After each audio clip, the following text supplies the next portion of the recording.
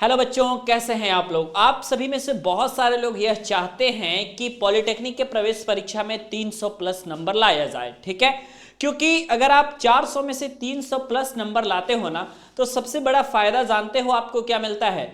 तो सबसे बड़ा जो फायदा आपको मिलता है वो ये मिलता है कि आप आराम से जिस कॉलेज में मन करे उस कॉलेज में एडमिशन ले सकते हो। फिर चाहे वो टॉप का कॉलेज हो या आपका बिलो रैंक का कॉलेज हो, आप किसी भी कॉलेज में एडमिशन ले सकते हो जब आपका 300 नंबर आ जाएगा या 300 प्लस नंबर आ जाएगा। ओके, तो आज मैं आपको बताऊंगा कि अगर आप भी 300 प्लस नंबर का टारगेट कर रहे हो तो आपकी प्रिपरेशन स्ट्रेटेजी कैसी होनी चाहिए।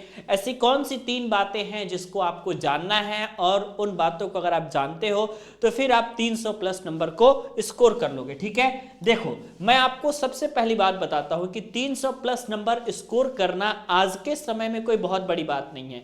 ये मैं क्यों कह रहा हूं, क्योंकि अब जो है आपका माइनस मार्किंग का स्कीम हट चुका है, और अगर आपने साइंस और मैथ में बराबर के रेशियो को भी लेकर के चला तो आप आराम से 300 प्लस नंबर को स्कोर कर सकते हो। कोई बहुत बड़ी बात नहीं है। और आज जो मैं तरीका बता रहा हूं, अगर आप उसको फॉलो करोगे तो निश्चित तौर पे आपको 300 प्लस नंबर मिलेंगे ही मिलेंगे, ठीक है। तो सबसे पहली बात, मैं कुछ बातें आपको बता देना चाहता हूं कि पॉलिटेक्निक की तैयारी पांडे जी टेक्निकल के ऐप पर बड़ा शानदार तरीके से हो रही है। चाहे वो लेटरल एंट्री की तैयारी हो या फिर आपकी ग्रुप ए की तैयारी हो, दोनों तैयारियों को आप कर सकते हो। Pandey ji technical app install कर सकते हो, इस नंबर पर व्हाट्सअप कर सकते हो या कॉल कर सकते हो और अपनी कोर्स से जुड़ सकते हो, ठीक है। पॉलिटेक्निक की शानदार तैयारी आपकी हो जाएगी। अब आपको मैं जो सबसे पहली बात इंपॉर्टेंट है 300 प्लस नंबर लाने के लिए, उस पर हम डिस्कस कर लेते हैं, ठीक है। चलो ओके, थोड़ा सा ध्यान से देखना आप। ये जो 300 प्लस का जो स्कोर है ना, क्या ये किसी एक सब्जेक्ट से पूरा हो पाएगा। आप कहोगे नहीं सर, किसी भी एक सब्जेक्ट में अगर आप बहुत ज़्यादा मेहनत कर लेते हो फिर भी आपका कंप्लीट नहीं हो पाएगा, क्योंकि आपके पास जो ऑप्शंस है वो 2 ऑप्शंस है। एक तो आपके पास मैथ का ऑप्शन है और एक तो आपके पास साइंस का ऑप्शन है, ठीक है। और मैथ और साइंस में अगर आप बराबर के कॉम्बिनेशंस को लेकर के चलते हो तभी भी जाकर के आपका ये मकसद पूरा हो सकता है, ठीक है। लेकिन सबसे अधिक जो आपका इस प्रक्रिया में सहायता करने वाला है वो साइंस करने वाला है। क्यों? क्योंकि साइंस में ना, आपको मैं बताऊं कि सबसे अच्छी बात ये होती है साइंस में कि यहाँ पे जो 50 क्वेश्चन आते हैं ना, उसमें आप अप्रोक्सीमेट में आपको बताऊं कि बेहतर लेवल की तैयारी है तो 45 प्लस आप आराम से कर सकते हो, ठीक है। लेवल हार्ड नहीं होता है साइंस का, मैं इसलिए कह रहा हूं। लेवल हार्ड इसका बिल्कुल भी नहीं होता।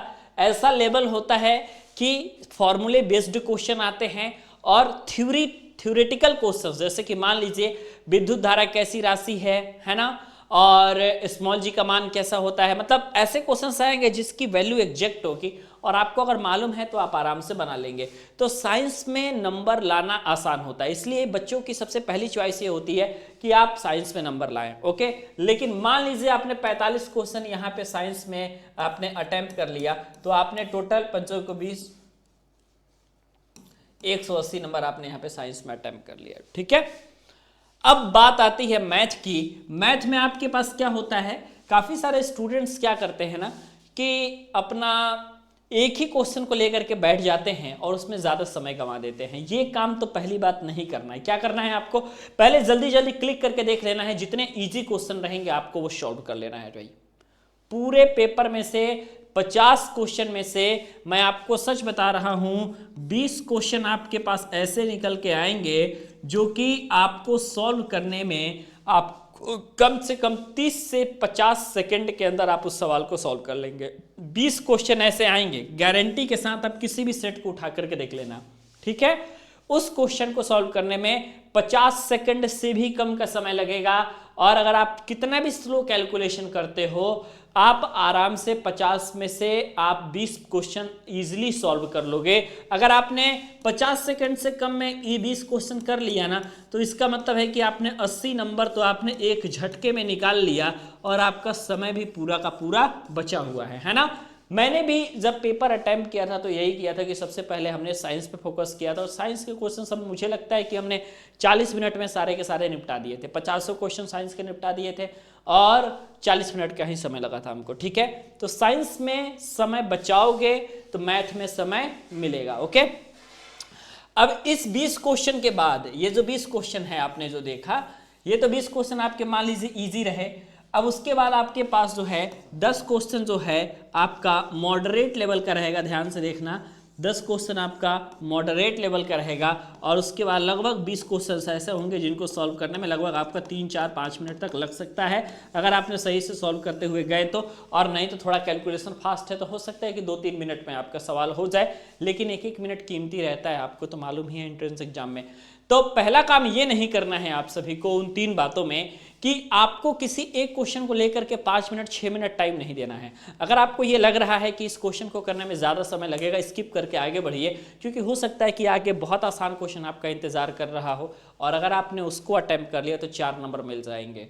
ठीक है, चाहे आप किसी हार्ड क्वेश्चन को सही करिए या आप आसान क्वेश्चन को सही करिए, मिलेंगे आपको 4 नंबर ही। तो इस बात को आपको बहुत बारीकी से समझना पड़ेगा, इस बात को आप समझिए, तब जाकर के आपका काम होगा। ठीक है, उसके बाद जो आपका प्रिपरेशन है ना, इन दोनों पे आपका इक्वली लगभग रहना चाहिए। जितना आप मैथ प्रिपेयर कर रहे हो उतना ही आप साइंस प्रिपेयर करो। लेकिन अगर आपको ऐसा लगता है कि आपने साइंस अच्छे से प्रिपेयर कर लिया है और आप साइंस के मेरे लाइव क्लास में भी अगर आपको ऐसा लग रहा है कि 50 में से सर मैं तो लगभग 99% क्वेश्चन सही करता हूं, मतलब अगर आपकी साइंस की तैयारी बेहतर हो गई है, तब जाकर के मैथ पे फोकस करो और कोशिश करो कि बराबर का रेशियो लेकर के चले। कहीं रेशियो गड़बड़ाए ना, ऐसा ना हो कि मैथ आप ज़्यादा तैयार करने के चक्कर में साइंस पे भूल जा रहे हो, साइंस को छोड़ दिए हो, या साइंस ज़्यादा तैयार करने के चक्कर में मैथ को छोड़ दिए हो। क्योंकि ये कोई नहीं जानता कि पेपर का लेवल कैसा आएगा, कौन से सेक्शन को ये हार्ड बना देंगे, कौन से सेक्शन को कठिन बना देंगे, इसकी जानकारी किसी को नहीं है ना। मान लीजिए मैथ आप अच्छे से पढ़ के गए हैं और मैथ का लेवल इन्होंने इजी कर दिया, तो मैथ का लेवल इजी करने का मतलब है कि सभी बच्चे अपना बेस्ट करेंगे।